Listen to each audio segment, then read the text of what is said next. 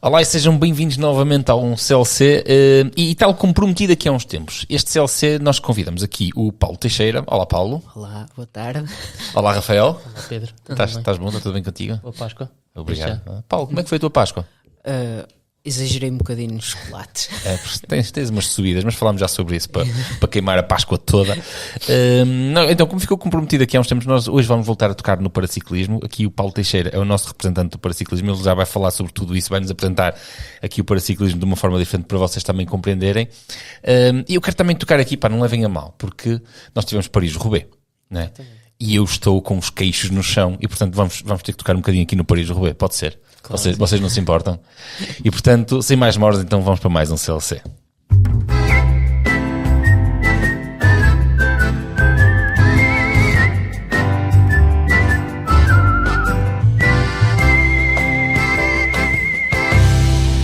E então estamos aqui novamente, mais uma terça-feira.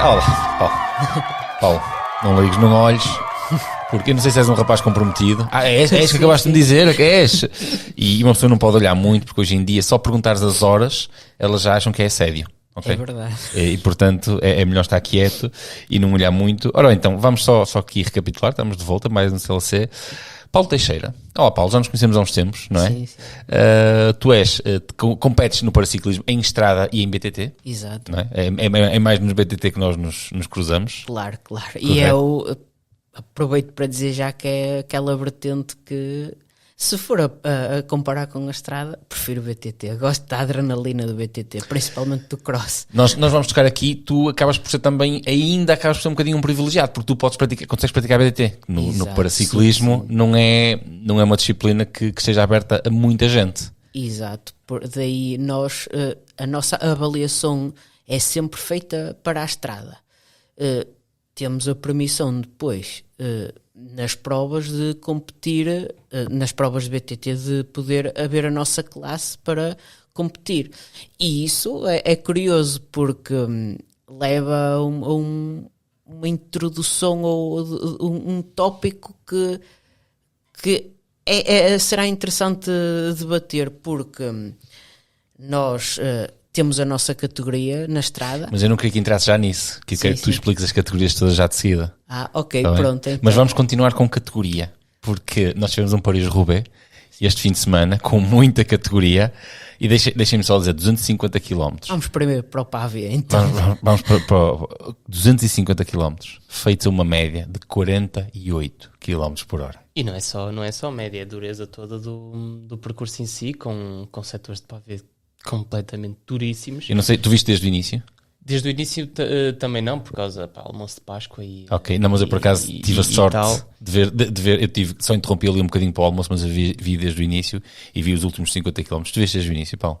Desde o início de tudo não, mas posso dizer que metade da prova vi. Ainda nem vi desde a altura em que se formou a fuga. Ok. Foi um Paris-Roubaix muito igual a tantos outros, com muitas quedas, muita emoção.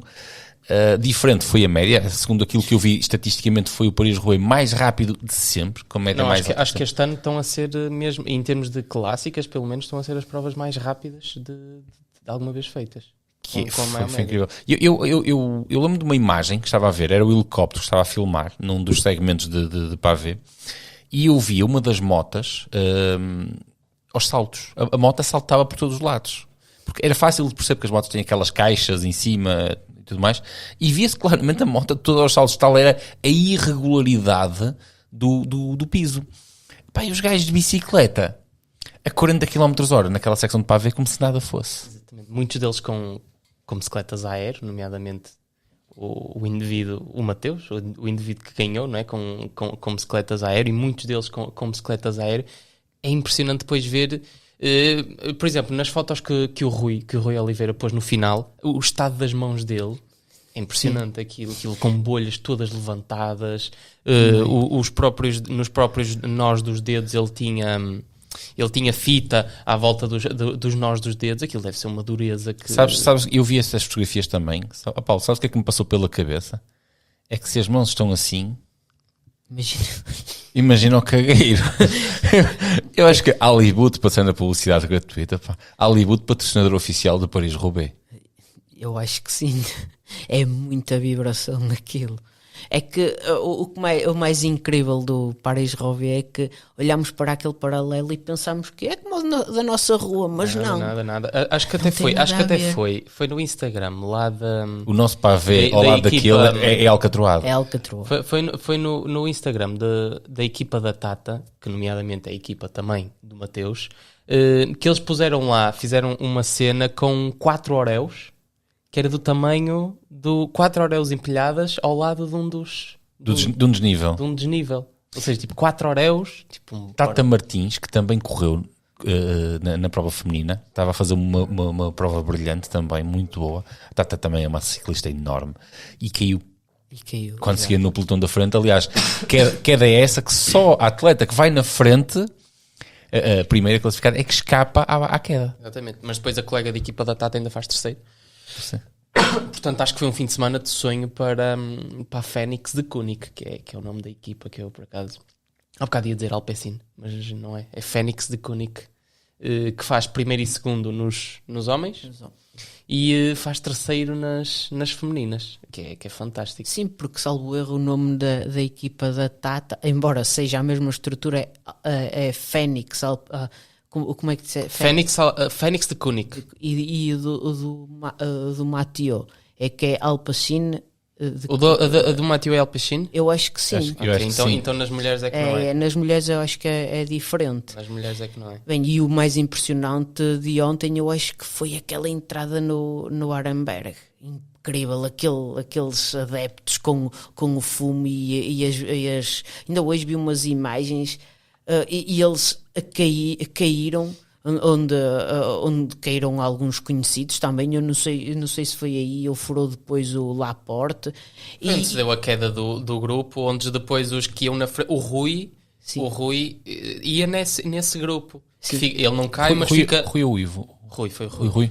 O Rui fica retido na queda, onde depois saem os atletas da frente que acabam por se juntar à fuga. Exato, e o público todo a pedir para eles acalmar, e é incrível ver a velocidade que eles passam à frente das pessoas e as bicicletas aos saltos. É isso, uma coisa que nós temos a sorte, na televisão, nós vemos, quando estamos lá, vemos-los passar assim, um segundo, nem um segundo não é, né?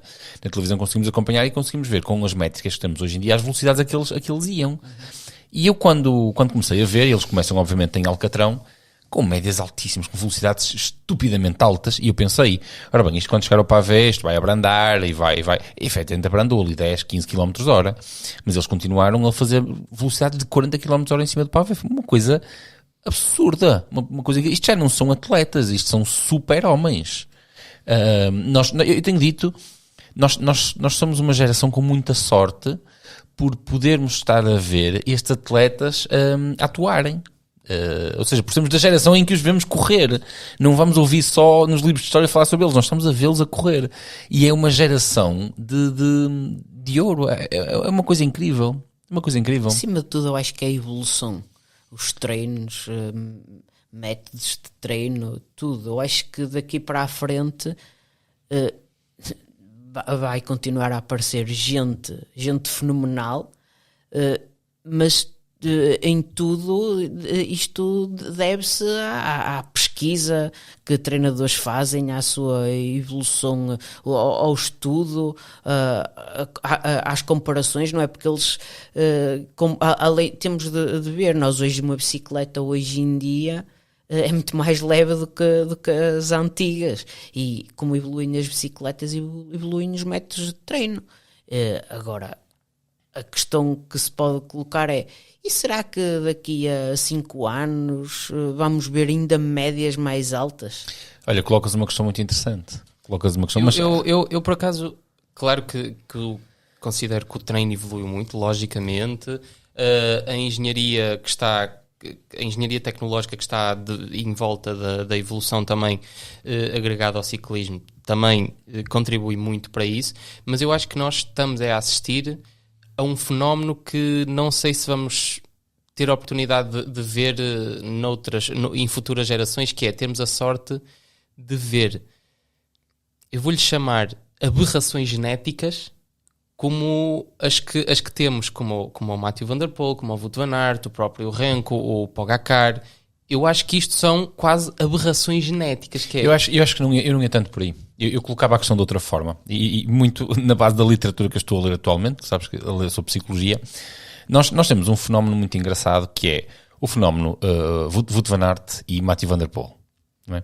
Que eles são rivais desde pequenitos. Desde os júniores ou exatamente. E eu acho que é aquela questão deles se picarem um ao outro, serem um eterno rival.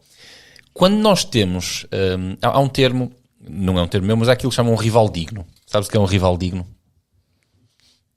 Passa-te pela cabeça? Aquele que nos motiva. Exatamente. Disseste muito bem. Um rival digno é alguém que é um adversário, mas não é um alvo a bater. Um rival digno é alguém que é um adversário nosso, mas que nós precisamos dele, nós queremos correr contra ele, porque é ele que nos faz ser grandes. É ele que nos obriga a evoluir. Eu lembro-me, agora indo buscar aqui uma outra pessoa que... Eu lembro do Lance Armstrong, num documentário, ele dizer que ele acordava todos os dias de manhã por causa do Jan Ullrich.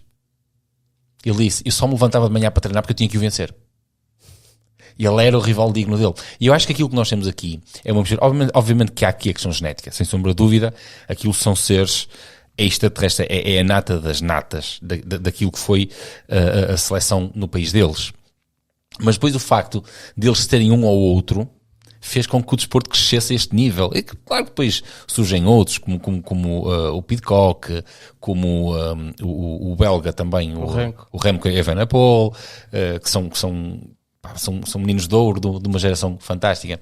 Mas no que diz respeito ao Van Der Poel e o Van Aert, que eram os dois candidatos a este Paris-Roubaix, no fundo, não é? Assim, como também tantos outros. Peter Sagan caiu, já venceu e venceu de uma forma brilhante. Mas eu acho que tem a ver com isso, tem a ver efetivamente com uma genética muito boa, mas tem a ver com uma questão psicológica do país onde eles nasceram. Eu ainda ontem estava a ouvir os comentadores dizerem que aquela região, eles são vidrados em clássicas. Os miúdos nascem e o sonho deles é vencer clássicas.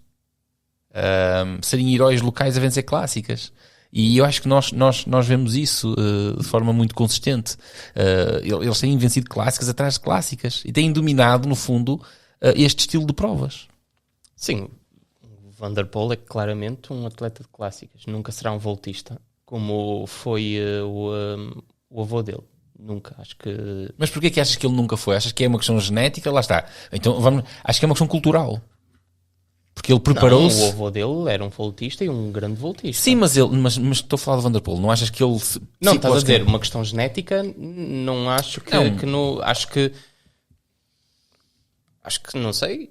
Acho que ele virou-se mais para as clássicas. Sim, é atleta porque de clássicas. Ele quer vencer as clássicas. E até por acaso eu estava a ouvir, punha-se em questão se haveria possibilidade dele algum dia vencer os 5 monumentos. Eu acho que poderá muito bem ser um objetivo da carreira dele, vencer os 5 monumentos. É impossível vencê-los. Quer dizer, não digo que é impossível, mas muito difícil vencê-los num ano, porque isso iria implicar um ano de treino dedicado só para aquilo e iria tirar muitos objetivos de equipa, nomeadamente para voltas, porque apesar de ele não ser um voltista, é um atleta que numa volta à França já mostrou que tem que lá estar, nomeadamente por questões de patrocinadores, porque é um atleta que dá muito nas vistas. É o Mathieu Van Der Poel, teve com a camisola amarela no Tour, é um atleta que, apesar de tudo, ajuda a equipa e a equipa também tem que tirar benefício disso. Portanto, acho que os 5 num ano é muito complicado, mas acho que pode ser um grande objetivo da carreira dele de ter os 5 prémios dos 5 monumentos. O Paulo tocou num assunto que é a questão da parte tecnológica, também falaste na parte tecnológica. E este Paris-Roubaix aparece aqui em grande destaque a tecnologia Scope. Vocês viram o que era? O autoajuste da Visto o que era? Não, por acaso a tecnologia Scope a Scope é o nome da marca que patenteou aquilo. É um ajuste remoto da pressão do pneu. Dinâmico, ou seja, durante a própria volta, o cubo tem um acessório perfeitamente visível, em que tu podes aumentar ou baixar a pressão do pneu. Isto foi desenvolvido em grande parte para este estilo de provas, que na parte do asfalto eles precisam de mais pressão, na parte do paralelo eles precisam de menos pressão. Nenhuma dessas bicicletas chegou na frente para todos os efeitos. Pois era depois isso que eu ia colocar, que tu estiveste mais atento a isso, se tinhas visto que isso estava em atualização em massa ou meia dúzia... Muitas equipas a utilizarem, se não estou em erro, na equipa do Van Aert, acho que ele foi o único que não utilizou. Pois, mas as bicicletas também foram trocadas. Eles, segundo não, mas ele, segundo eu estive a ver, ele foi o único da equipa dele que escolheu não utilizar. Pronto. Escolha pessoal. Exatamente. Mas daqueles que iam na fuga, dos principais, até certa altura, com o Kung, o Mads Pedersen, e assim, eles estavam a falar que apenas um ou dois é que já não vinha com a bicicleta suplente, que o resto já tinha tudo trocado por furo ou alguma avaria, ou assim. Agora, também é uma questão interessante essa tecnologia, porque... se pensarmos que o atleta está a contar com isso, se tem de trocar a bicicleta, a suplente também tem de ter a tecnologia. É isso, exatamente. Eu também pensei nisso. Se ele calha de furar com aquilo, tem que lhe meter outra igual. E depois há uma questão interessante que eu pensei, que eu estive a analisar o sistema, e aquilo é wireless. Ou seja, tu tens o comando no guiador e depois aquilo é wireless. Ou seja, aquilo requer emparelhamento. Sim. Se tu furas a roda da frente ou a roda de trás e tens que trocar, ficas automaticamente sem o sistema. Pois, tem de trocar. Mas aquilo é um sistema independente para a roda da frente e a roda de trás? Não sei se é independente para a roda... Eu via botões do lado direito e botões do lado esquerdo. Tinha um botão do lado direito e um botão do lado esquerdo. Supostamente para acrescentar e outro para diminuir. Agora eu não sei se aquilo faz em conjunto, ou seja, se é as duas ao mesmo tempo, se aquilo, ou se tu tens algum sistema de cliques para dizer agora quero na roda da frente, agora quero na roda de trás. Isso não sei. Isso não estudei isso tão longe. Mas efetivamente eu pensei nessa questão. Se ele vai a contar com aquilo e tem que trocar de bicicleta, porque houve muitas trocas mesmo, ele está entalado. E aquilo que eu fui ouvindo pelos comentadores, inclusive estava o José Azevedo a comentar, uma pessoa com muita experiência, e eu acho que ele chegou a tocar na questão de dizer, é uma prova onde se quer fiabilidade. E estar a ir com um sistema destes, o próprio sistema pode estar a pôr em causa a prova. E não é experimentar, mas ir para ali quando vamos para discutir alguma coisa, em termos pode ser de peso, complicado. Viste alguma coisa relativamente ao peso? Francamente não vi nenhuma indicação em relação ao peso, mas vendo um acrescente daqueles nos cubos, eu creio que haverá sempre algum acrescente de peso. Sim, se haveria um acrescente de peso significativo ou não. Era um dado interessante, mas não havia de ser assim também uma coisa por aí demais, não? Eu não sei, eu vi que estavam a utilizar, até vi porque tu partilhaste. Acho que até foi na Bike Radar que deram muito destaque a isso. Eu tive a ver alguns sites que deram destaque. Mas não vi bem nem como é que isso funciona, nem lá está, nem essas questões mais técnicas do aparelho. E pronto, foi mais um Paris-Roubaix para o ano a mais, esperamos nós. E agora também daqui a umas semanas há outro monumento, não é? A Liège-Bastogne-Liège. Exatamente. Portanto, vamos aguardar, porque este ano parece ser um ano vai ser como os últimos anos têm sido, muito espetáculo. Felizmente o público está de volta, não é? Isso é mesmo muito, muito bom.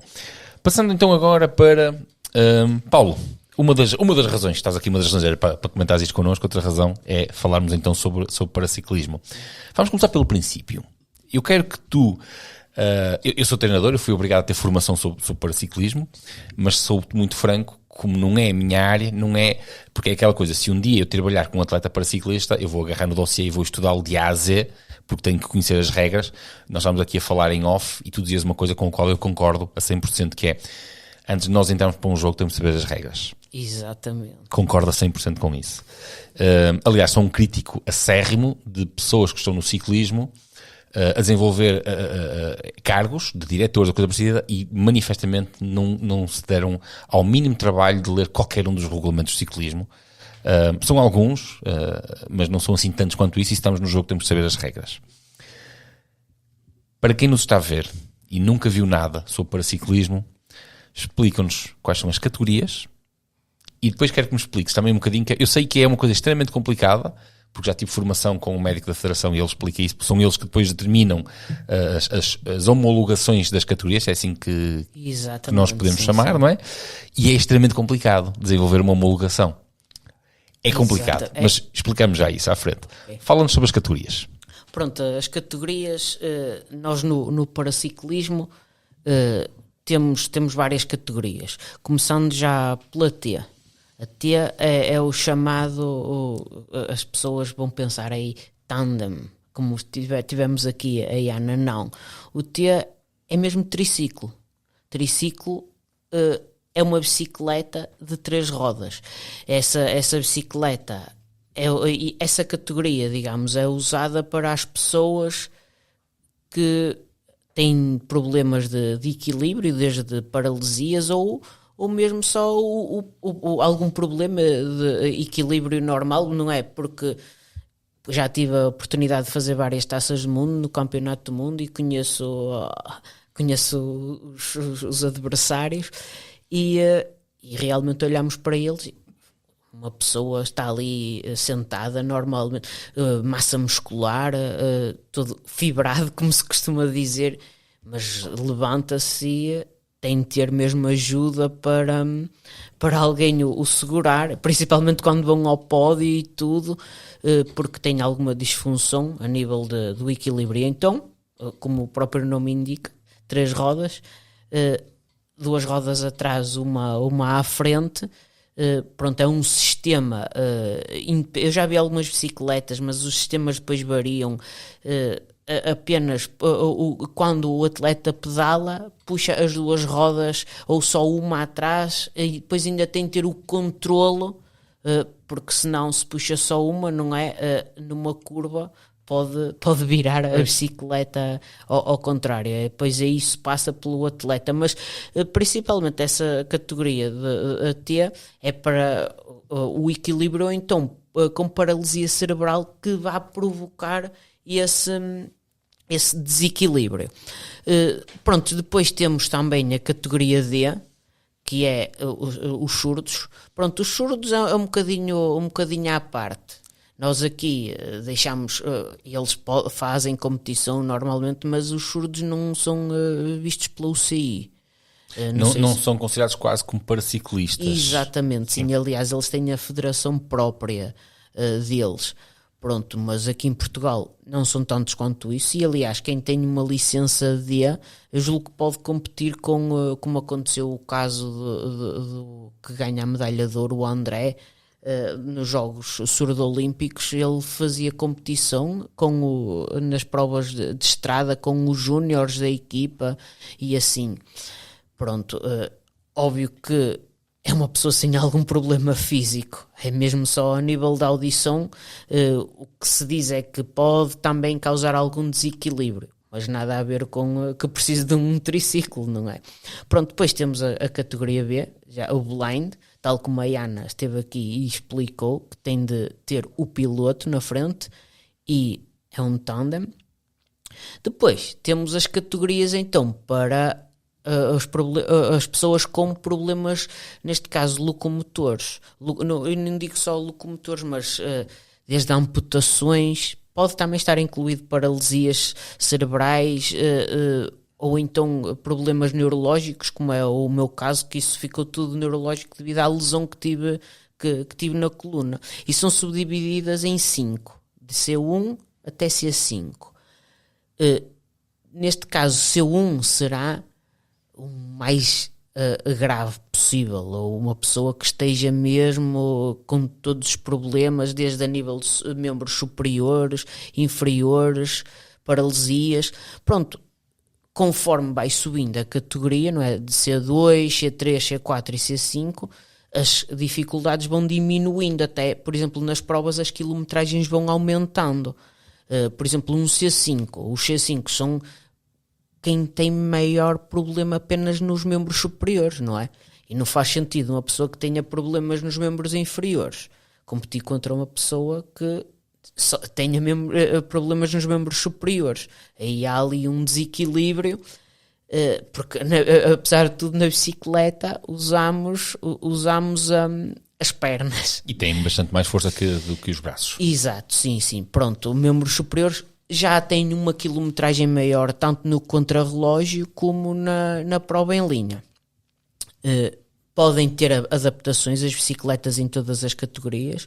Pronto, eu estou inserido numa categoria C3, mas antes de falar de mim ainda faltam as outras categorias, que é os Hs, que vai desde H1 até H5 e é tudo com pessoas que também possam ser amputadas, mas que pedalem com os braços.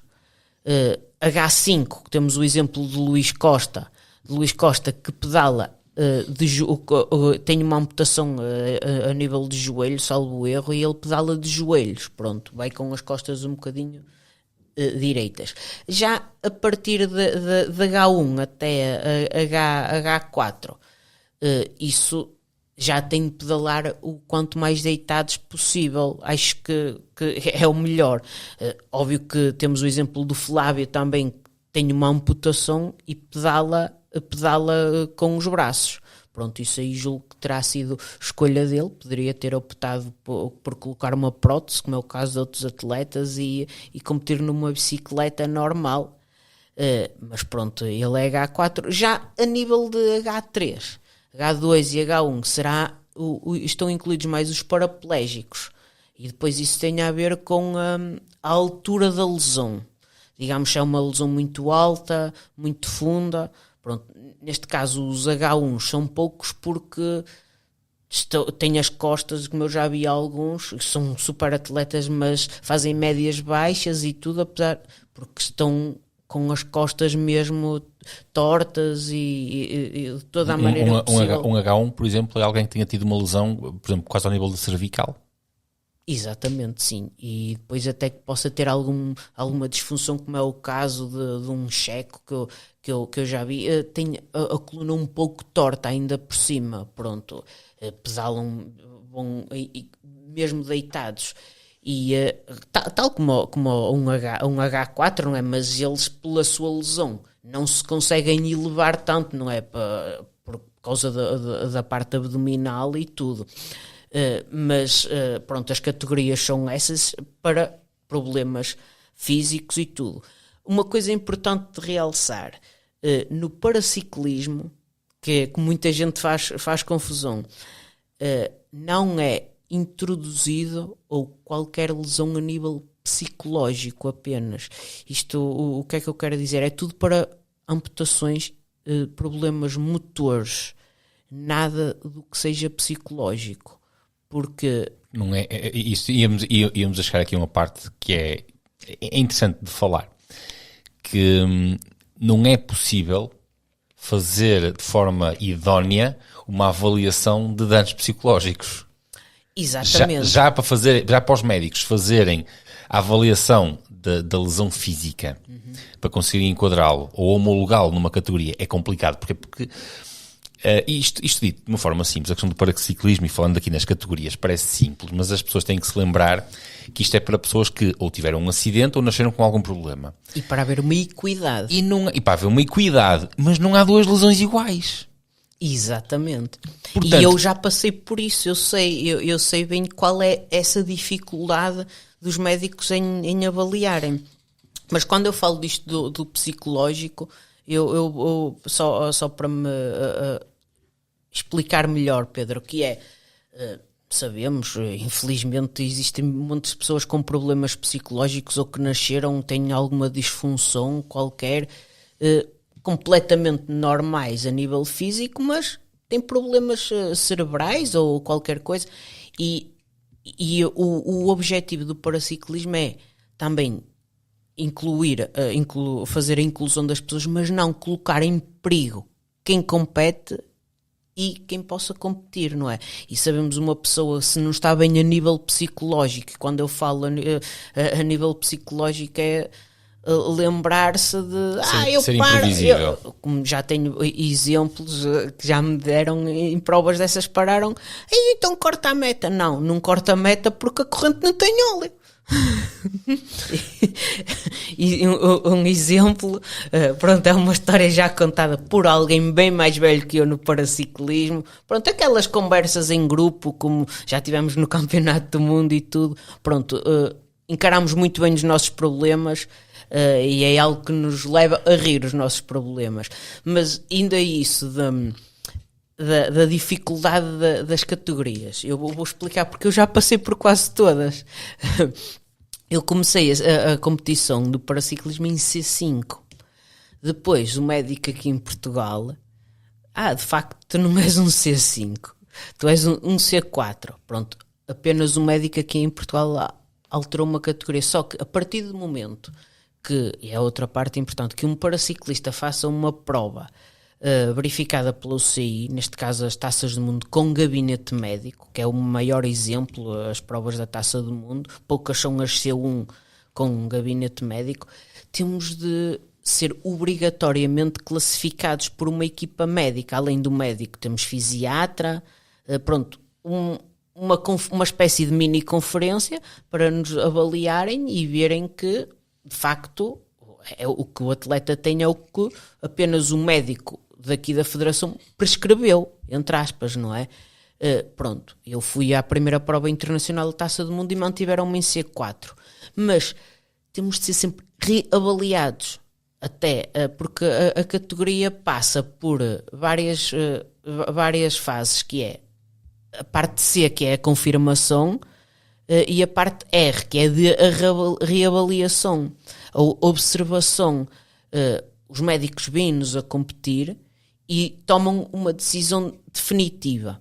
Mas sempre que o atleta se apresenta apenas a uma prova, nunca será, raras são as vezes que são mesmo definitivas, que foi o meu caso, pronto, mas temos o caso que há de caras, pronto, olha, tenho um problema na mão, é um C5 ou assim, pronto, mantiveram-me em C4.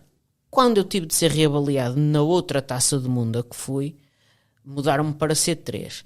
Mudaram-me para C3 e os médicos, porque tens uma lesão progressiva. Ora bem, o que é que nós vamos entender por uma lesão progressiva? Será que vou piorar de ano para ano? Não faço ideia. Sou sincero. Apenas foi a avaliação daqueles médicos, porque a outra prova que fiz, já me mudaram-me para C4, e eu, então, já vou ter de fazer mais quilómetros, eu era um C3, e agora sou um C4. Sim, mas a partir do momento em que me viram a pedalar novamente, não, estivemos errados, e ele é mesmo um C3. Pronto, neste momento já tenho a classificação confirmada, a minha classificação um C3. Maneiras de mudar, poucas são. Agora, os médicos em todas as provas estão sempre a ver, se acharem mesmo que ele está numa categoria injusta ou não é na categoria correta, vamos ter de mudar, e pedem um gabinete médico. A partir daí eu não posso fazer mais nada enquanto à minha classificação. Sou obrigado a correr na classificação que a UCI me atribuiu, neste caso que é a C3. Sim, porque isto não és tu que decides, não é? Exatamente, sim. Lá está, isto tem sempre a ver... isto é importante passar, que é para passar esta informação para as pessoas perceberem como é que funcionam, porque não depende, neste caso, não está nas mãos do atleta decidir em que categoria vai correr, porque senão, vamos imaginar, tu escolherias correr naquela que seria mais vantajosa para ti. Óbvio. E aqui a questão das classificações é, como em todas as situações, é procurar criar aqui alguma equidade, alguma justiça desportiva. Exatamente, sim. É? Sim. E está sempre a evoluir, porque as próprias equipas médicas da UCI estão sempre a ter formações e mesmo dentro da UCI há vários debates entre os médicos e tudo, para se analisar cada atleta. Porquê? Porque estão sempre a surgir lesões novas e casos novos, não é? Até já se chegou a falar aí, se calhar 5 categorias não são as corretas, se calhar deveríamos ter mais, mas pronto, isto vai andando assim, e o certo é que cada vez mais são mais atletas para ciclistas a correr a nível internacional. E posso adiantar já que quem pensa que isto é só um passar tempo, não, porque há atletas paraciclistas que são profissionais. Temos o caso, por exemplo, do Lauro, um brasileiro, que ele tem uma equipa, corre numa equipa profissional de estrada, e também tem a licença de paraciclista. Temos o exemplo dos franceses, neste caso, eu julgo que também será um C4, o Dorian Follon. Ele também corre numa equipa de estrada profissional. Digamos que não é uma profissional do World Tour, mas... Sim, eu percebo, mas consegue viver do desporto. Exatamente. Isso é que é uma profissionalização. É uma profissionalização, é conseguirmos viver da atividade que nós desenvolvemos. Sim, sim. E isso a nível internacional, aqui basta olhar para o país do lado, é incrível porque alguns vivem mesmo disto, não correm em equipas profissionais, mas fazem as provas para se prepararem junto com os profissionais e fazem estágios de todo o tamanho, têm o dobro ou o triplo dos quilómetros que um português tem de ter, embora o português que esteja no mais alto nível, como é o caso do Luís e do Telmo, tem de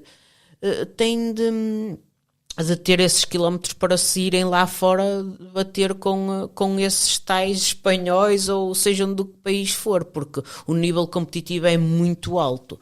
Nós, quando olhamos para as médias de contrarrelógio e vejo e olho para aquilo e mostra quem já é da nata mais velha neste ciclismo, dizer que não tem problemas alguns e dizer isto é uma média de um contrarrelógio da Volta a Portugal. E provavelmente era capaz de fazer top 20 na Volta a Portugal num contrarrelógio. Estamos a falar de casos mesmo super atletas. Por exemplo, o Ricardo, isto que eu vou dizer, as pessoas é cortado a meio. Não, eu posso explicar. O Ricardo não tem 2 braços, só tem uma perna e a outra com uma prótese, tem uma aplicação na bicicleta. Pois bem, ele mete ali aqueles watts na bicicleta, o campeão do mundo, até para um C3 como eu, não o consigo acompanhar. Ele dá-me voltas de avanço. É um atleta fantástico, já tem um passado desportista, como a maior parte destes atletas paralímpicos, porque acho que é complicado começar do zero depois de ter assim um problema grave, dizer olha, anda para aqui, olha, vamos dar umas voltas de bicicleta e para te entreteres e pronto, e melhorares até a nível físico e tudo.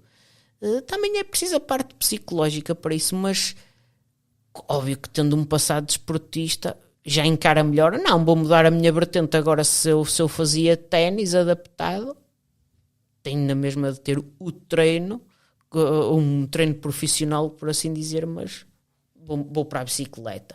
Pronto, em tudo ajuda, mas se calhar há casos que começaram apenas e estão dedicados mesmo ao ciclismo, neste caso ao paraciclismo.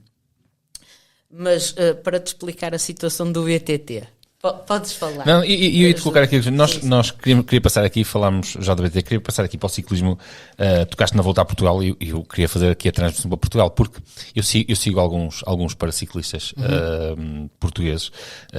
Tu falaste do Luís Costa. Eu gostava imenso, eu sigo o Luís já há uns tempos também e sou um grande fã da bicicleta dele. Aquilo é uma peça de joalharia que eu adorava um dia. Ele é que mora um pouco longe de mim, porque senão eu já me tinha posto no carro e ia lá pedir por favor para conseguir ver a bicicleta dele. Eu ainda não vi esta nova. É da nova que eu estou a falar. Eu vejo, pelas fotografias que eu vejo, ele pôs uma série de fotografias da bicicleta, ou do tandem, não sei como é que lhe chamar. Bicicleta é mais fácil. Sim. Ele chama-lhe tanque. Pronto, e está uma peça... Uma peça de tecnologia linda, dentro do conceito está linda. E o Luís é uma pessoa que eu gostava imenso de conhecer. Tu tiveste a oportunidade de conhecer. Sim. E eu gostava imenso de conhecer o Luís e até um dia convidá-lo também para fazer alguma coisa aqui connosco para falar um bocadinho mais sobre o tema. Para ciclismo, Portugal, nós há uns anos atrás, nós éramos muito fortes nos Jogos Paralímpicos. Entretanto, aquilo que dá a entender, eu vou-te fazer uma análise minha como espectador, é que houve outras grandes potências mundiais que perceberam que havia, se calhar, potencial de desenvolvimento dos Paralímpicos deles e abafaram um bocadinho Portugal. Não sei se tens essa noção, se sou eu que estou a ter uma interpretação errada. Porque eu posso tirar aqui uma outra ilação, então, também. Que eu posso dizer assim, calma. Ou foram os outros países que viram que havia potencial nos Jogos Paralímpicos e investiram mais e abafaram-nos, ou então fomos nós que desinvestimos. Porque, entretanto, perdeu-se muito. Nós íamos aos Jogos Olímpicos, Paralímpicos, e tirávamos muitas medalhas. Eu lembro disso. E, entretanto, começámos a trazer cada vez menos medalhas. É a ideia que eu tenho de espectador. E, portanto, eu posso ir por este lado. Eu posso ir por dois. Ou os outros países investiram mais, ou nós investimos menos. E começamos a tirar também menos partido disso, não é? Porque quem não semeia, também não colhe. Ponto final. No que diz respeito ao paraciclismo, eu percebo que existe aqui alguma dificuldade, como existe em todas as outras situações. Somos um país muito afastado da Europa. O facto de não sermos um país central traz-nos algumas coisas boas, mas no desporto também nos traz muitas coisas más. A falta de competitividade, porque estamos muito afastados, não temos parceiros, não temos apoio. Somos um país de sol, muito bonito, de sol e turismo, mas na parte competitiva perdemos muito por estar assim tão afastados. Por exemplo, eu podia, aqui há uns tempos tivemos aqui a Ana Silva, como falámos há pouco, e tanto quanto eu sei, e neste momento ela ainda não tem parceira para pedalar, para poder competir. Não sei se ela já resolveu o problema dela entretanto, mas eu sabia há pouco tempo que ela ainda não tinha parceira. Pois, não tenho falado com ela, Pronto. mas pelo que sei, ainda não tenho parceira. Ou seja, eu posso ver isto de várias formas. É uma fraca divulgação do paraciclismo, do desporto. Esta é a primeira de todas, não é? Há uma fraca divulgação. Depois também há uma fraca conhecimento das pessoas. Há para todos os efeitos até pouco interesse dos portugueses pelo desporto. Isto não sei o que digo. Há pouco tempo havia uma sondagem do Eurobarómetro, não era, Rafael? Eu cheguei a fazer qualquer coisa sobre isso. Vão dizer só 3% dos portugueses é que praticavam desporto de forma regular. Era 3 ou 4%. Era assim um número ridículo e irrisório. E, portanto, pegar nestes 3 ou 4% de pessoas que praticam desporto de forma regular e conseguir encontrar que queira ajudar alguém, como a Ana, neste caso, por exemplo, no paraciclismo, é ainda mais difícil.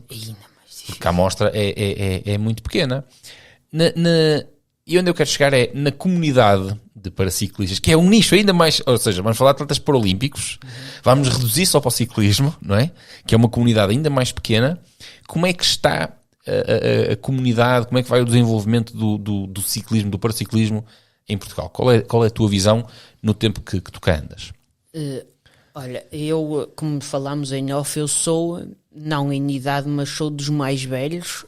Com essa carinha, tu és dos mais velhos? Dos mais velhos no pelotão, já dos mais velhos que começaram nisto do pelotão paraciclista. O que eu posso dizer é que, não vou mentir, noto uma evolução, um querer de atletas, de alguma parte de atletas, em manter-se competitivo, quererem elevar as suas expectativas. Agora, no caso da competição, começa logo, isto começa pelo básico. No caso da competição, quem já anda há muito tempo como eu acaba por se fartar um bocadinho.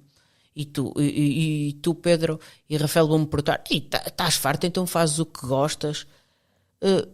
Assim, fazemos o que gostamos, mas eu não ando sempre com esta camisa, não ando sempre com esta t-shirt, nem tu, às vezes mudas o teu estilo um bocadinho, e não podemos. Eu acho que começa, antes de querermos evoluir e trazer medalhas, e só falando do paraciclismo, temos de evoluir o básico no país, que já evoluiu também, mas ainda falta dar um passo mais à frente, mas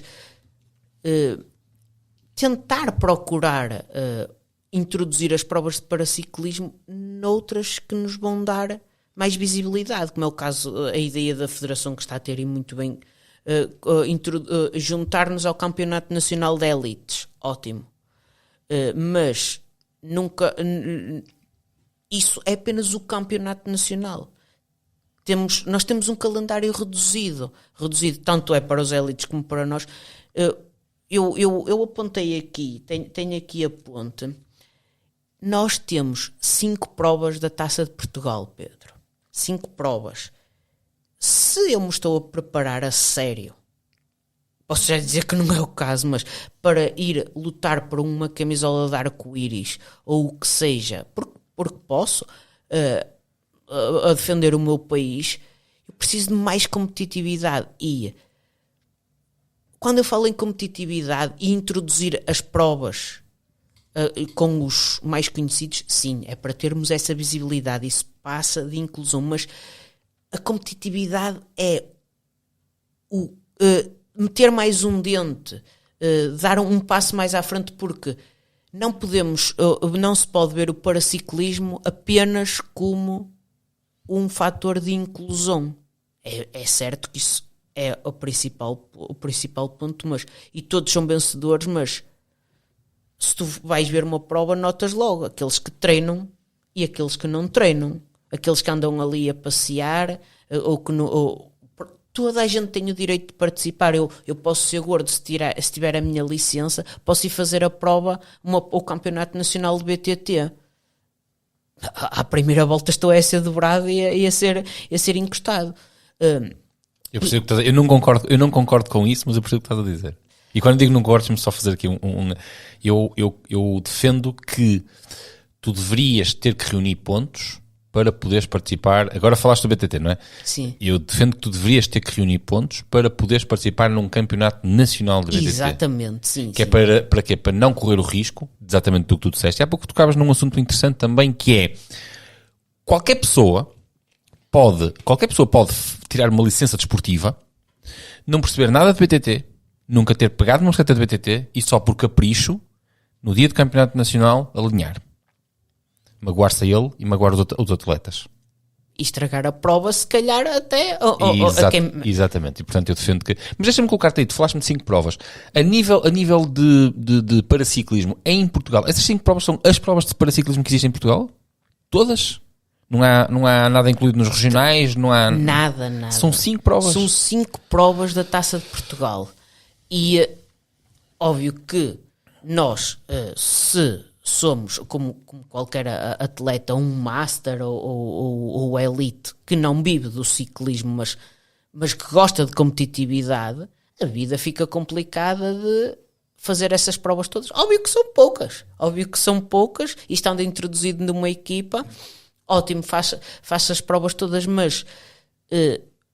E voltando àquele ponto, acho que para evoluir um bocadinho, as provas também deveriam de dar não só a realização com os elites, que já é muito bom, já dá visualização, mas evoluir o nível das provas, porque nós, lá fora, temos uma quilometragem mínima. Aqui em Portugal faz um circuito de 1 hora. 1 hora e mais 2 voltas, por exemplo. Eu compreendo e estou todo de acordo com a ideia, mas leva-me a crer que não quero explicitar aqui, mas o porquê de fazerem isso. O quê? Será por aquele ser mais fraco? Não.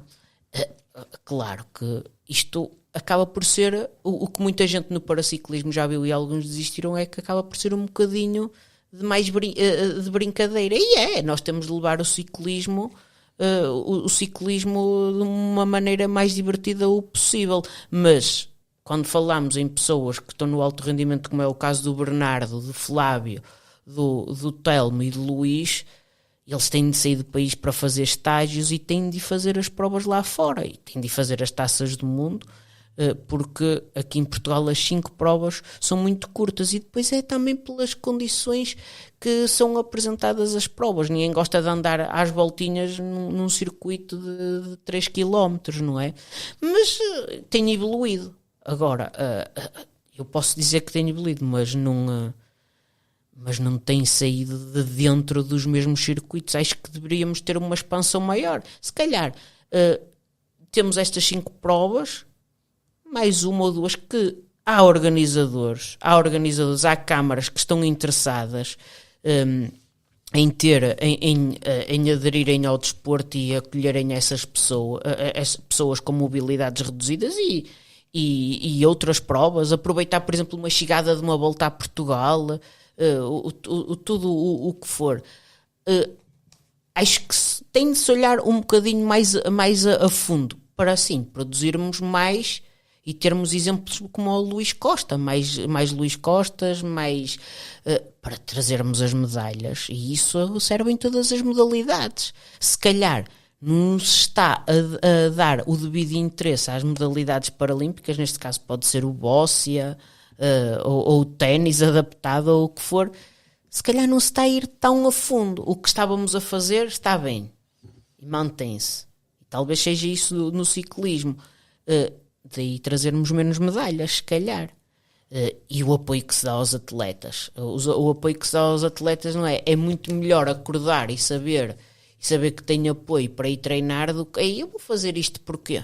Mas vou fazer isto só para me sentir bem? Claro, é um motivo. E eu parto disso. O ciclismo para mim é um modo de vida também e de recuperação. Eu não posso parar, porque senão vou ter problemas musculares daqui para a frente. É uma das minhas motivações. Agora, faço sempre um plano no início da época com o meu treinador e apontar. O meu objetivo é este. Pronto, este ano se calhar vou estar um bocadinho mais desligado da estrada, porque não há essa evolução dos circuitos. Não, se calhar não dou culpa à federação, nem ao responsável, mas como muitos já desistiram, eu não digo que vou desistir, não, porque eu vou lá defender a minha camisola e o meu lugar no campeonato nacional, e o que eu puder vou, mas se calhar estamos a ser mal vistos, tem de se dar um bocadinho mais atenção, que é o caso da Iana. A Iana se calhar ainda não arranjou parceira, porque eu tenho de acordar mais cedo e treinar, ou então depois tenho de fazer as provas com ela e tu. Mas pronto, a Iana também, embora eu goste muito da Iana, a Iana sabe que neste ponto do paraciclismo tem de depender sempre de outra pessoa, e eu já tive várias conversas com ela, ano passado, inclusive no Nacional e tudo, quando sabia que ela ia perder a parceira, e disse-lhe: Ana, faz o trabalho de casa, tu tens conhecimentos, tu tens amigos, tu tens amigas, se queremos realmente uma coisa, temos de lutar por ela, e ela está a fazer isso. Agora está-se a revelar muito complicado, porque é difícil. Todos nós dependemos uns dos outros, no fundo, não é? Há pessoas que efetivamente, no sentido, dependem mais uns dos outros. Por exemplo, a Ana não pode efetivamente competir. Quando eu digo dependemos mais uns dos outros, e eu acredito obviamente que dependemos uns dos outros e que devemos colaborar uns com os outros, e só assim é que a sociedade vai para a frente, ponto. Foi assim que chegámos aqui, foi assim que sobrevivemos como espécie. Acontece é que o caso Ana é mais dependente de outras situações, não é? Porque ela não pode efetivamente competir, mas também há aqui toda uma questão social, que é já é difícil arranjar um parceiro. Se calhar a amostra de homens era muito, muito superior, não é? Se calhar se fosse um homem a prestar a mesma coisa, se calhar já tinha, porque há muita gente aí, há muitos homens a praticar ciclismo, não há tantas mulheres. E depois a disciplina do treino, quando se fala na disciplina do treino, é algo muito complexo. Pois é. E também é por isso que não há tantos atletas assim. Porque ainda por cima para levar em frente um projeto olímpico, que era o que a Ana nos falava. Que era o sonho dela, exatamente. Ou seja, que é a disciplina do treino, dizer assim, mas eu vou abdicar da minha vida para quê? Tem que haver um estilo de personalidade, uma ambição muito forte para as pessoas se agarrarem à questão do treino. Vou treinar para quê? Vou abdicar da minha vida, vou deixar de sair aos fins de semana, vou ter que me deitar às 9 da noite para me levantar às 5 da manhã para fazer aquilo, mas o que é que eu ganho com isto? Pois. Que é aquela coisa de nós não podemos estar à espera de um prémio monetário, de viver disto, de um agradecimento do Presidente da República. Nós não podemos estar à espera disso, tem que ser por nós. Tem que ser, eu vou porque eu quero, eu vou porque eu sinto que tenho que fazer isto. E é muito difícil encontrarmos alguém assim. Por isso é que ser atleta não é uma questão de dinheiro, não é uma questão de material, é uma questão de atitude. E o resto vem. Sim. Nós somos portugueses. E quando eu digo nós somos portugueses, nós temos, nós temos uma dificuldade enorme, porque somos só 10 milhões de habitantes, ao lado de um país de 50 milhões de habitantes. Apesar de termos uma história de ciclismo muito forte, muito, muito forte, não é? Porque temos uma história de ciclismo gigante, parece que a nossa voz não chega, porque economicamente nós não somos viáveis. Ser português não vende ainda. Sim. Será? Olha que eu acho que não é bem assim. Achas? Porquê? Argumenta-me. Olha a quantidade de atletas, bons atletas que Portugal tem. Achas que Portugal não vende lá para fora? Falamos do ciclismo. Ok, falemos do ciclismo. Eu não estou a dizer. Peraí, eu não estou a dizer que nós não temos. Eu não estou a dizer que nós não temos valor, nós temos muito valor. Sim, estás a dizer que Portugal ainda não vende lá para fora. Não, claro, acho que Portugal não vende. Claro que vende. Eu acho que Portugal não. Talvez deixa-se comprar barato e depois não ajuda a que novo produto se faça cá dentro. Sim, no fundo é isso que eu quero dizer. Vende-se barato e depois não permite que cresça cá dentro, com qualidade. O português tem uma mentalidade... Eu vou tocar aqui num ponto... E lá está, vou isto ser que o polémico. Rafael está a dizer não permite que cresça cá dentro. Lá está, verdade. porque se a qualidade, falando do paraciclismo, se a quantidade de provas não aumenta, aquele ponto que eu toquei, como é que vamos exportar o nosso produto aqui para lá? Deixa-me só tocar. Aqui o português tem um problema. O português. Acho que é uma mentalidade mesquinha portuguesa. Uma mentalidade mesquinha portuguesa. Se é português, não presta. Isto é o próprio português que diz. E há uma coisa que a mim me deixa doente. Agora vou tocar aqui numa questão muito polémica. A mim deixa-me doente. Cristiano Ronaldo bateu todos os recordes. Continua a cuidar que tem. Continua a ser um super atleta. Davam-no como arrumado. Tem um clube que lhe paga 500 milhões. Se isto é estar arrumado e velho, quem me dera estar velho como ele. E depois temos portugueses a dizerem: o Messi é o melhor do mundo. Epá, até podia ser. Francamente, até podia ser. Mas o outro é português, carambas. Temos que ter um bocado de amor à camisola. Orgulho no que é nosso. Mas não, nós ao contrário. Se é português não presta. Percebes? E é por aí que eu também quero ir. Se é português não presta. E é aqui que eu digo que o português não vende. Se o próprio povo tem esta visão de si próprio, como é que pode ser visto lá fora? Como é que os outros podem ter orgulho no que é nosso, em ser nos portugueses? Mas eu acho que têm muito respeito, pelo menos no ciclismo. Eu acho que a nossa bandeira, eles quando veem lá o nome João Almeida, por exemplo... Não, é isso que eu estou a dizer. Os outros países olham com respeito para Portugal. Portugal é que não tem respeito. É isso. Quando eu digo Portugal, claro que, pronto, excetuando certos líderes portugueses, é que não têm respeito pelos portugueses e não se dão ao respeito por isso, e depois não permitem que cá dentro cresça mais Joões Almeidas, cresça mais Rui Costas, cresça mais Patrícias Mamonas, mais gente assim com muita qualidade para depois se venderem lá fora e venderem o país lá fora. E portanto, e depois entramos assim em minorias, que é o caso dos paraciclistas e isso tudo. Ou seja, aquilo que é, quando nós estamos à espera temos de quê? desporto, temos o bolo que é desporto. No bolo que é desporto reduzimos para o ciclismo. E depois, dentro do ciclismo, reduzimos ainda mais para o paraciclismo. Temos tudo. Temos o desporto, que é grande. E Portugal é muito bom no desporto. É fantástico. Eu acho que é difícil encontrar uma modalidade onde não tenhamos sido campeões do mundo. É difícil. Em diversas modalidades, do futebol ao atletismo. Futebol ainda não fomos. Fomos. Futsal. Mas fomos futebol. Só que foi de sub-20. Foi sim, na altura sim. da geração de ouro. Sim, é a única coisa que eles podem dizer. É verdade. Mas desde o futebol, temos nomes desde o futebol, desde o ténis, desde o ciclismo, desde o atletismo, nas diversas áreas do atletismo. Por aí fora temos atletas em todas as modalidades com muita qualidade. E aí o português é fraco. Quando eu digo fraco, tipo, é um mau fã de desporto, o português no geral. E depois começamos a especificar para a especificidade. Começamos a pegar nas minorias. O que é que estamos à espera? Que depois que aconteça nas minorias, como ao paraciclismo, como ao ciclismo em geral? Aquilo que eu tenho encontrado, eu tenho tido a sorte, também por causa da minha atividade profissional, de encontrar muitos treinadores de outras áreas. Treinadores de alto rendimento de outras áreas, atletas de alto rendimento de outras disciplinas. E há uma coisa que eu encontro sempre em comum. E eu tenho muito orgulho naquilo que eu vou dizer. Aqueles que chegaram lá em cima, eles dizem-me sempre: Pedro, ninguém acreditou em mim, foi no ódio e na raça. Só quando eu cheguei lá em cima é que me vieram bater palmas. Porque no momento em que eu estava a subir e pedi ajuda, todos me viraram as costas. Já senti isso. Viram-me as costas.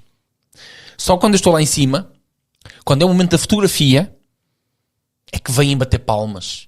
E vêm dizer que ajudaram, que fizeram. Não fizeram. Não é? E aquilo que eu vou encontrar aqui, e a mensagem que eu gostava de passar com isto é: nós todos achamos que a determinada altura devíamos ser mais valorizados, devíamos ter apoio. E isso só vai surgir no momento da fotografia. E portanto, se nós queremos, temos que ir na raça mesmo. Claro. Porque se somos aquilo que nós somos, e a sorte que eu tive de falar com atletas que efetivamente fizeram algo pelo país, aquilo que eu vejo é que o país, no momento da construção desse atleta, não fez nada por eles. E o país fala de diversos tipos de instituições. Só depois de eles lá estarem, só depois de eles alcançarem, é que acreditaram neles. Mas às depois vezes de também feito, é uma questão financeira, Pedro. eu não estou a falar só de questão financeira, sim. não estou a falar de questões financeiras, estou a falar às vezes de um apoio até mesmo emocional. Exatamente. Dizer assim, olha, eu neste momento não posso, Tal e qual. mas eu estou contigo, eu acredito em ti. Não é virar-te as costas. Percebes? Eu não estou a falar só da parte financeira, porque a parte financeira é importante. Claro que é importante. Não é? Por exemplo, vou falar no teu caso. Que apoios é que tu tens? Como é que tu construíste a tua carreira, a tua modalidade? Como é que tu surges? Como é que tu entras aqui? Como é que tu mantens a tua prática desportiva? Mantenho com o que consigo juntar. Com o teu trabalho. Exatamente. E porque aquela altura de vamos para uma equipa, pensamos que a equipa nos dá tudo e não pode. As equipas para se manterem hoje em dia também é complicado. E no meu caso eu corro pela minha equipa, tenho toda a ajuda, neste caso, que não há mal em dizer, o que a Roda Bike diz que me dá. Podes dizer à vontade, porque se a Roda Bike te apoia, tem todo o prazer em promover a Roda Bike. O que diz que dá. Agora, também já aconteceu o caso de, se calhar, de alguns dizerem que davam e depois chegou ao fim e não deram. E eu já tive esse exemplo. De, tal, fazes isto. E depois ao fim nem me respondiam, não é? Não vale a pena estarmos aqui a entrar em casos. E as pessoas até podem perguntar, então tu, um atleta que faz estrada, estás na Roda Bike? Mas é por essa coisa emocional também que dizes, porque a Roda Bike é mais virada para o BTT, como tu sabes, mas em todas as provas, em tudo, está lá uma palavra, está lá uma ajuda, está lá no dia a dia o apoio neste caso do Mário e da esposa, que noutra equipa se calhar, e eu até podia ir para ali, se calhar me davam mais. Mas também, eu sou-te sincero, se calhar sou um privilegiado por não ligar tanto a esse aspecto financeiro. Eu ligo mais ao emocional, mas a nível financeiro já tive ajudas, mas neste momento é tudo de mim, porque prefiro ter tudo o que é meu e desenvolver conforme as minhas capacidades, vou-me desenvolvendo e sei, não, isto que está aqui é meu, posso fazer o que quiser com este material, tenho isto aqui, não devo nada a ninguém, quero ir fazer aquela prova, vou, não quero ir fazer aquela prova, não vou. Acho que também é uma certa, às vezes dar uma certa liberdade a um atleta é bom porque quem tem anos e anos disto tem sempre a mesma rotina, não é? Sempre, e isso depois, e é o tal o que eu vou dizendo, a federação evoluiu muito, mas este ano eu sinto-me um pouco cansado de fazer as provas todas de estrada. Porquê? Porque não mudou nada e para onde é que eu me viro? Vir-me para o BTT porque adoro o BTT, as pessoas dizem, tu ganhas, tu perdes. Não me importa se ganho ou perco. O estar ali na linha de partida de uma maratona ou do cross, que é com um elite, um cadete, um master, seja o que for, ganho o dia de uma maneira que não sei explicar. O sentir o cansaço no fim da prova e vir um master, tu estás bem, ó Paulinho, e isto e aquilo. Isso para mim é que é o... Paulo, ao contrário do que as pessoas pensam, eu gosto muito de ciclismo de estrada. Sim. E eu também, eu, no fundo, acabei por crescer no meio do ciclismo de estrada e foi assim que me liguei ao ciclismo. Mas há uma coisa que tu tocas aqui, quando eu sou apaixonado pelo BTT e é BTT, ponto final. Essencialmente o cross, por causa da caravana, aquilo que eu chamo a caravana, não é? Porque no ciclismo de estrada, o ciclismo de estrada é fantástico, mas começa uma prova, termina a prova, cada um vai para os autocarros, vão embora, e é assim que funciona. Aquilo funciona em equipas, são equipas, ponto final. No cross também há equipas. Mas como nós temos ali aquela caravana, que estamos todos juntos,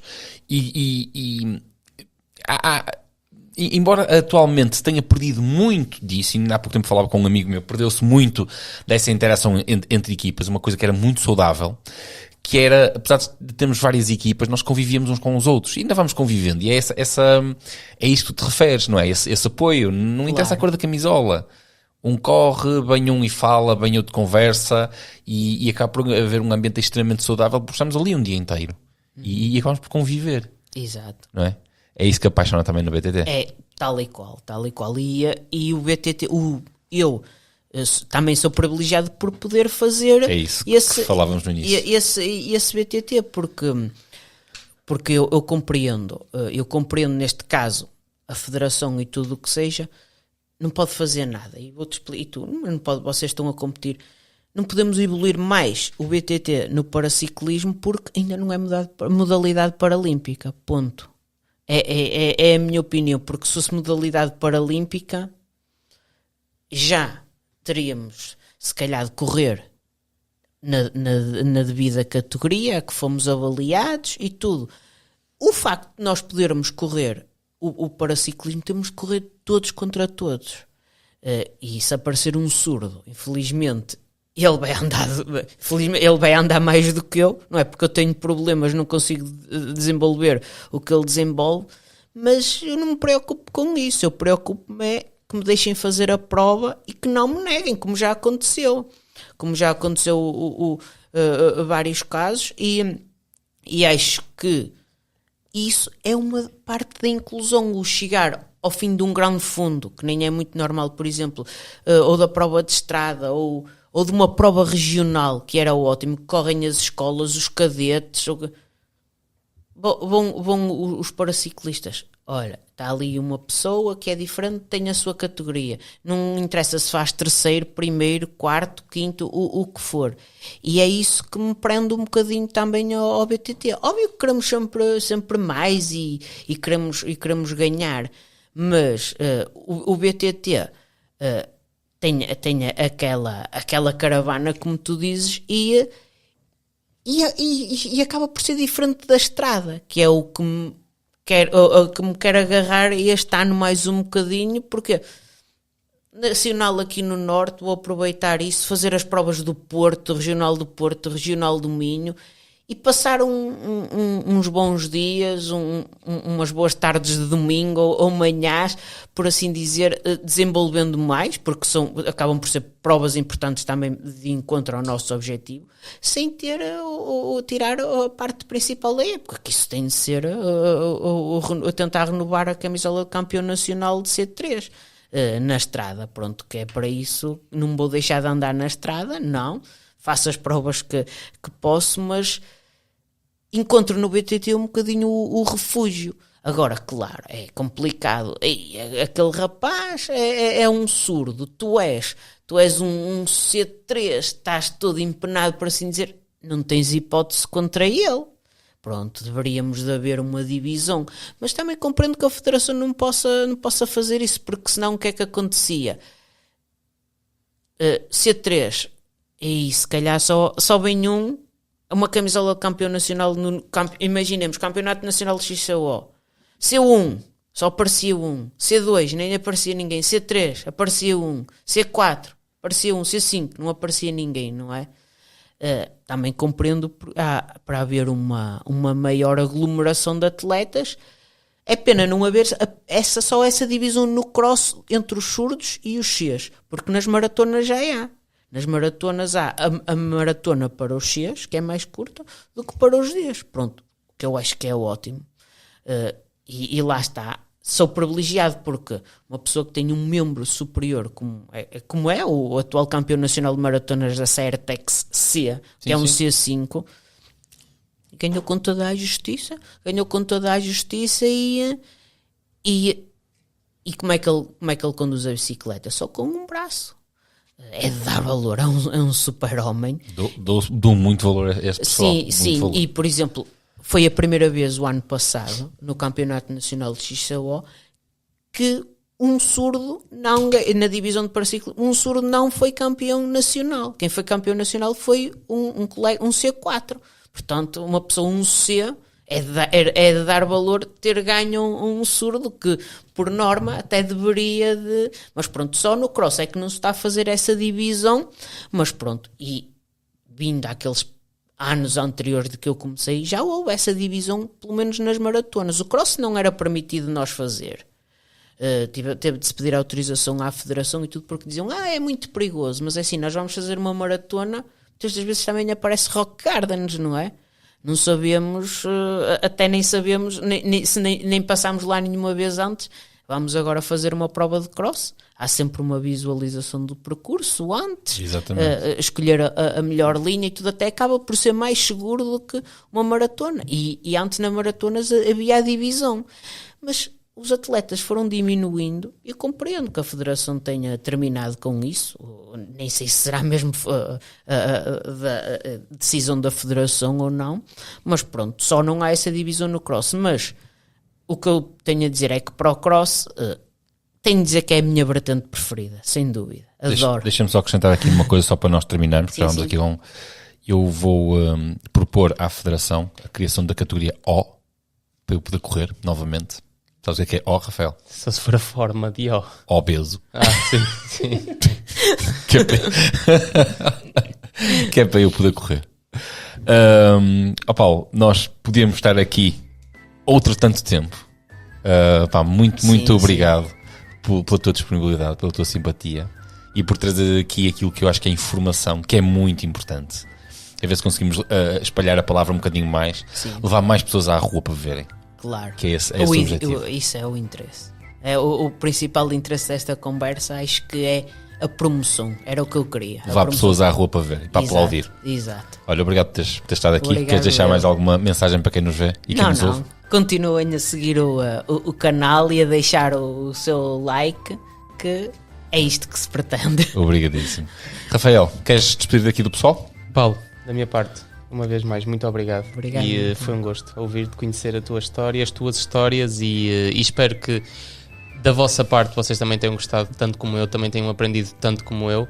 E é isso. Mais uma terça-feira, o São João está aí à porta e vemo-nos por aí. Um grande abraço. Nós fomos.